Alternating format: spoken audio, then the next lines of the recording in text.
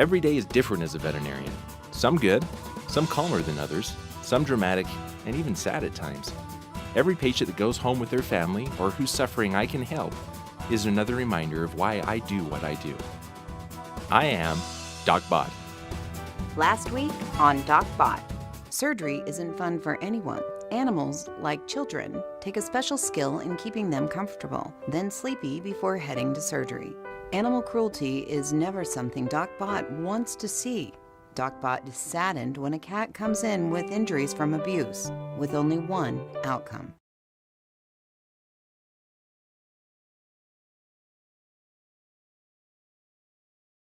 We're here today at the farm of Dutch Hall. He's a great client of Mountain West Animal Hospital here in Springville, Utah, actually just a few blocks away from the clinic. And here we have a wide variety of animals that are kept. It's a unique little hobby farm, and we're going to look at a kangaroo named Theodore today. Among a myriad of other animals that he has, we'll be able to look around and definitely show you a lot of really neat things. You know, genetically, how similar are marsupials, kangaroos to human DNA? And I've read that it can be a plausible, ideal research model because of the distance that they are from humans, but also the proximity. Both is ideal. We all know about rats and mice being used in research, but looking at other animals, the kangaroo provides a really good model even for dairy cattle that can study fermentation because of their digestive system. Theodore, how are you today? It's fun and relaxing to visit Dutch Hall on his hobby farm in Springville. He has been treating school children and special needs people, as well as neighbors and friends, with outings to his menagerie, where children are allowed to experience animals they might never ever see. We'll just scratch you. How about that? We'll just scratch you. Adorable as kangaroos are, their hind legs are incredibly strong and are capable of breaking bones or causing deep cuts. All right, Theodore. So kangaroos are what are called macropods. A macropod means big foot, and what a lot of people don't realize are that kangaroos are strict herbivores. They only eat plants, and they're grazers. There's four main species of breeds of kangaroo. There's a couple of gray kangaroo breeds, a red kangaroo, and then there's a kind of more of a arboreal kangaroo, or a tree kangaroo. The red kangaroo is the biggest of all of them as far as height. Kangaroos range in size from 2 to 8 feet. Hey, you're okay, bud. You relax. You relax. So they can box. They get up here on their back legs like this and their front feet, and they can throw their back feet at you. So you have to watch them really, really close.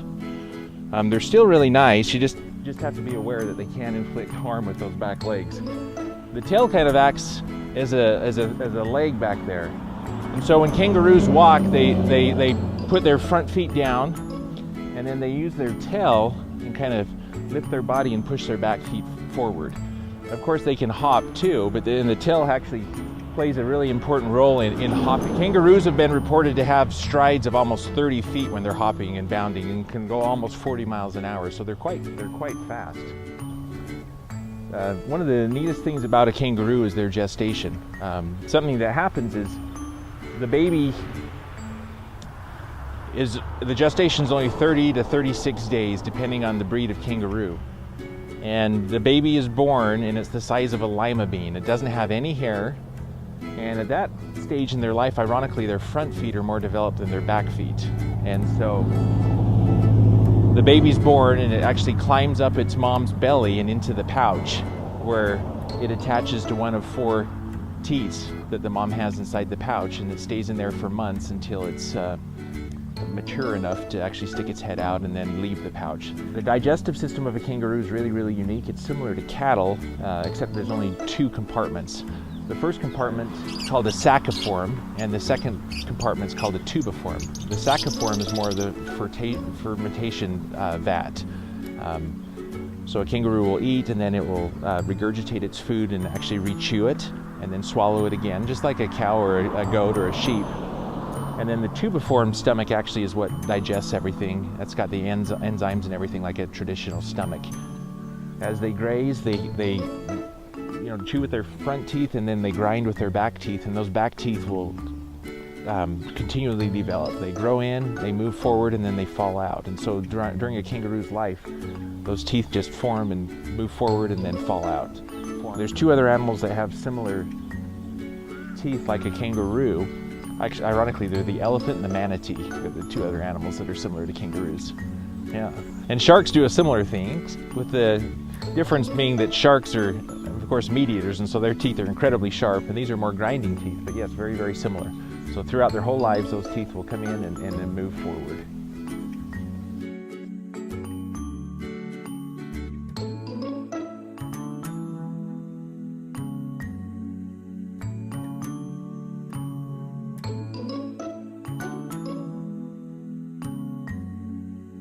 I've seen kangaroos with tetanus before, and it's a very debilitating disease.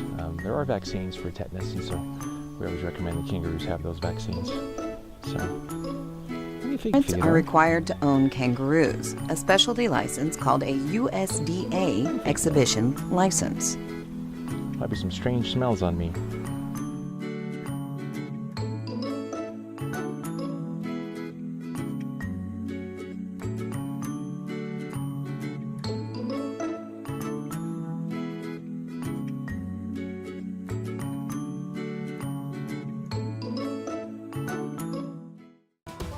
Join me every week for a new adventure in animal medicine. I am DocBott.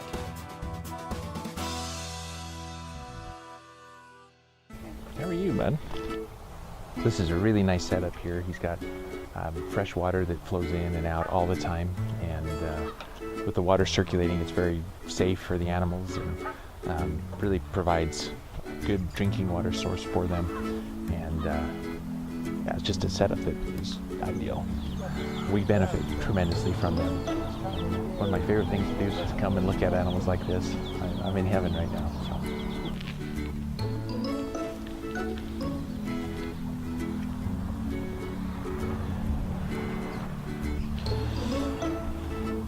Skunks are really neat animals.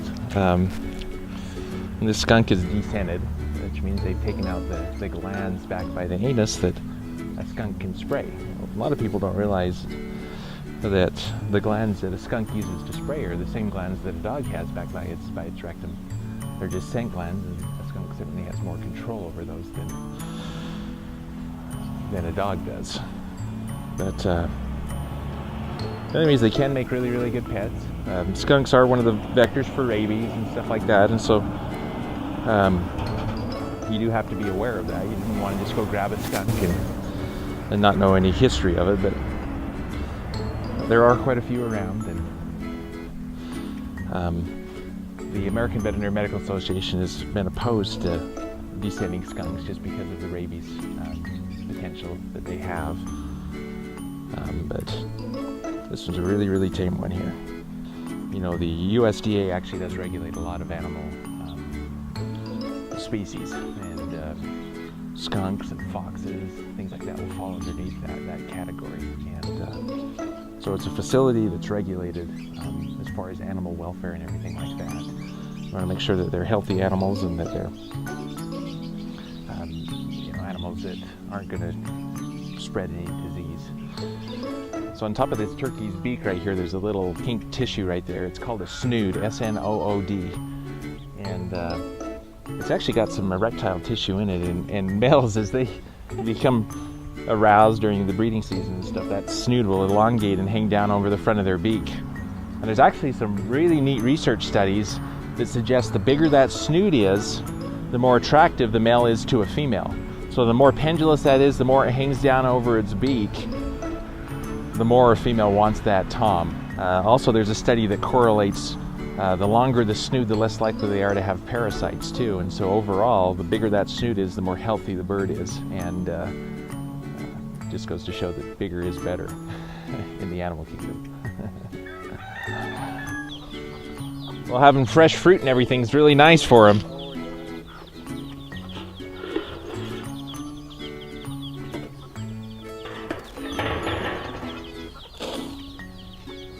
This is a really neat place to see all of these animals, sitting in an environment that they love. They're all very happy and healthy, very well taken care of. I don't want to leave this serene setting, but I need to go over to Provo Canyon School and teach some kids about some more unusual pets. Yeah, they're lots of fun. Foxes can be really nice. That's a Bengal cat's what that's called. So that's a really pretty cat. Yes, yes, yes. Yes. Fun, yeah. Right, yeah, yeah. Bengal cats are really pretty. Yes. They're a little Kids bit always manage to surprise me with their questions, and the pace can be exhausting. It can be, but this one's really tame. Yeah, this one was really sweet. Yep. So we take x-rays, and sometimes pets eat things they're not supposed to eat. Can you guys tell what's inside of this dog? Yeah. What about that? Can you tell me what that is? That's not good, huh?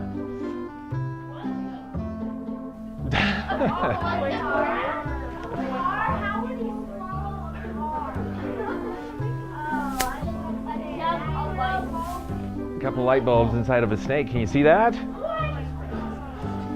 So part of the surgeries that I have to do is go in and take this stuff out because it can't go through their system.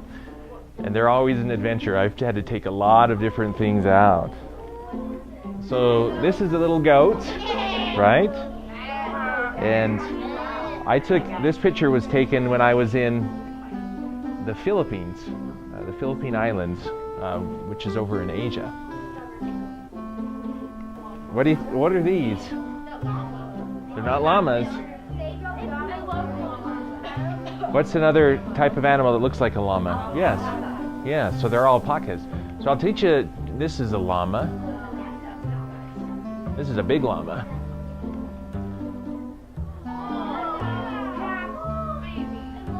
So these are two baby calves.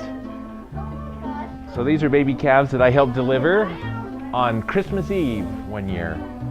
Yes. So I like to work on zebras. Here's an anesthetized zebra that I'm just listening to its heart. It just has a catheter in it, so we were running some IVs. This was a sick zebra. So we have a bag of fluids running in, and that's just holding that catheter in place. So these are what are called camelids, all right? So there's lots of different species. There's what are called old world camels, right? And those are regular camels. They have 1 or 2 humps. If they have 2 humps, the way I look at it is I look at this middle picture on the bottom of that camel. And if you turn your head to the 1 side, second you see too 2 long, humps. That's and the called cubs a get a little backward camel. restless. So you look at their ears. When they're looking straight Showing at you, pictures of the baby animals if definitely it's a llama, helps. its ears look like a banana. So the one on the right is a llama. Its ears are curved. And if it's an alpaca, the ears are straight. And so if you see an animal looking at you, that's what you look at. You look at their ears. If they look like bananas, it's a llama. If they're straight, it's When an alpaca. DocBott returns, Colorado awaits as DocBott travels to Fort Collins, Colorado, where the Society of Theriogenology.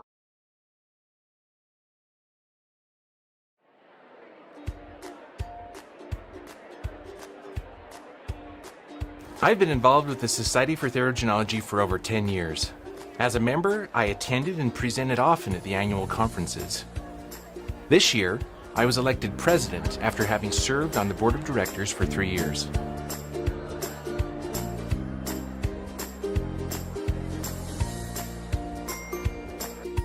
And theriogenologists strive to maintain healthy populations of all of these species, whether it be working dogs, or racehorses, or dairy cattle. They serve a very, very important role in keeping these species healthy.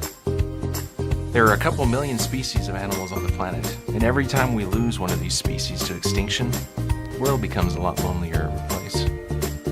So of course here's a picture of Nandi, our symbol and the trophy for the Society for Theriogenology. The president keeps and retains the Nandi trophy throughout the year. It's a symbol of fertility. This is a logo of Mountain West Animal Hospital, which is the hospital that I own and operate in Springville, Utah. I'm really excited to accept this appointment. Becoming president of the Society for Theriogenology has always been a career goal of mine. You can just call me Mr. President. Nandi is the Indian god of fertility. The Nandi statue is a symbol of fertility, and it's kind of what we do. If you look online, you can see a lot of stuff about veterinarians. I think 15, 20 years ago, veterinarians were always considered one of the most noble of professions, and unfortunately, we as a profession have slipped a little bit in the public eye. Sometimes we're seen as people that are money hungry or dishonest, and unfortunately, a lot of this actually comes from veterinarians that are disgruntled or jaded, and they go to reporters and say, hey, veterinarians are selling shots they're not supposed to be getting, and they're giving their own, opinions. As Dr. Kevin Fitzgerald today, we're all entitled to our own opinions, but not our own sets of facts, and being aware of this is just very important, because no matter what, there's always going to be negativity out there, and you can't let it affect you. So this is the question that we're going to look at today, is how do we market ourselves? This is the logo of Mountain West Animal Hospital, a very unique logo. As a veterinarian, you have to maintain your value. You have to stay on the cutting edge of veterinary medicine. We do this by attending continuing education and by marketing and improving our own services. There's a few facts we're going to look at right now about veterinary service in general that we need to consider. Number one is that pet owners, and when I say pet owners, it doesn't matter if they own pigs or sheep or goats or alpacas or llamas or reindeer. They do not distinguish between your clinical skills and your interpersonal skills. They are completely related. Keep your business alive and well. It's important for the veterinarian to reach out to his clients. This can be as simple as sending a sympathy card, a get well card, or a birthday card.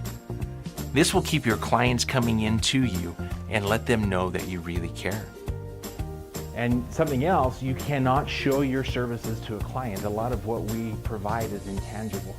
And so we have to be able to articulate and show what our services are. And we'll discuss this very in depth about social media and things like that, but we can actually market those. But if we're unable to articulate our own value, then we're going to have major problems. Dr. Davis built a tremendous business and owned Mountain West Animal Hospital here for over 35 years. But just like when buying a house, often you need to remodel. This is Mountain West Animal Hospital on December 31st of 2013. This clinic was built in 1977, and this is what it looked like when I bought it. My very first few days there, the veterinarian that owned this is one of the best people I've ever met in my life, a remarkable person. But I hadn't even seen a dip tank in my life. I mean, in vet school, all I looked at was digital x-rays, and so I didn't even hold traditional films, and this had a dip tank in the bathroom, which was wild. And the autoclave was a Coleman stove that you'd put a crock pot on and turn it on for 13 minutes and start shaking, and then you turn it off. Oh man, I think my eyes were bigger than my stomach with this. I had to upgrade so much. The first purchase was a high-speed dental machine, followed by a state-of-the-art digital x-ray machine. I've acquired ultrasounds, a class 4 therapy laser, painted the entire building, changed the exam room tables and surgery table, and redid all of the floors. Now, social media success, this is something that I really pride myself in, is that I do my own social media for the clinic. And I put a lot of time and effort into my posts, and so we're going to talk extensively about how I create this content. In one lecture, I taught about how marketing is more than just placing an ad in the yellow pages. Original, relevant, I know many of you are asking, what are yellow pages? 99% of veterinary hospitals that have Facebook pages are posting crap.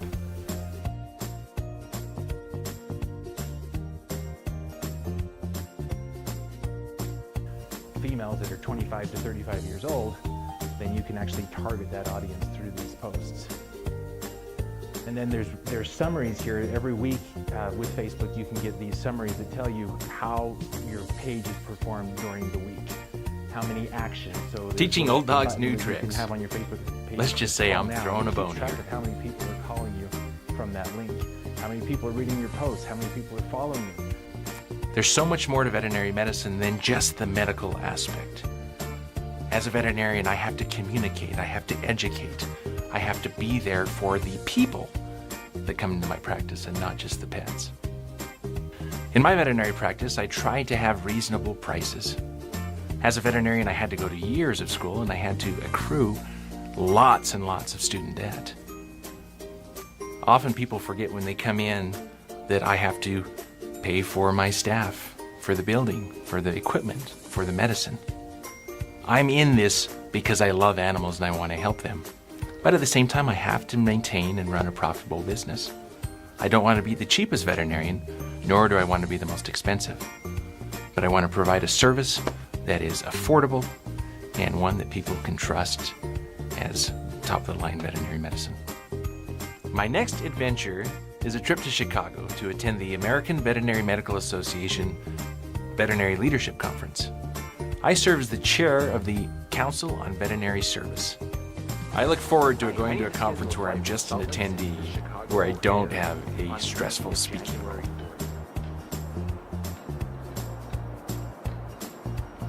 Do you have anything a little bit earlier? That'd be perfect. The holidays are coming up, and I love this time of year. I have a tradition of putting a couple of my reindeer in an annual light parade that goes down Main Street in Spanish Fork, Utah.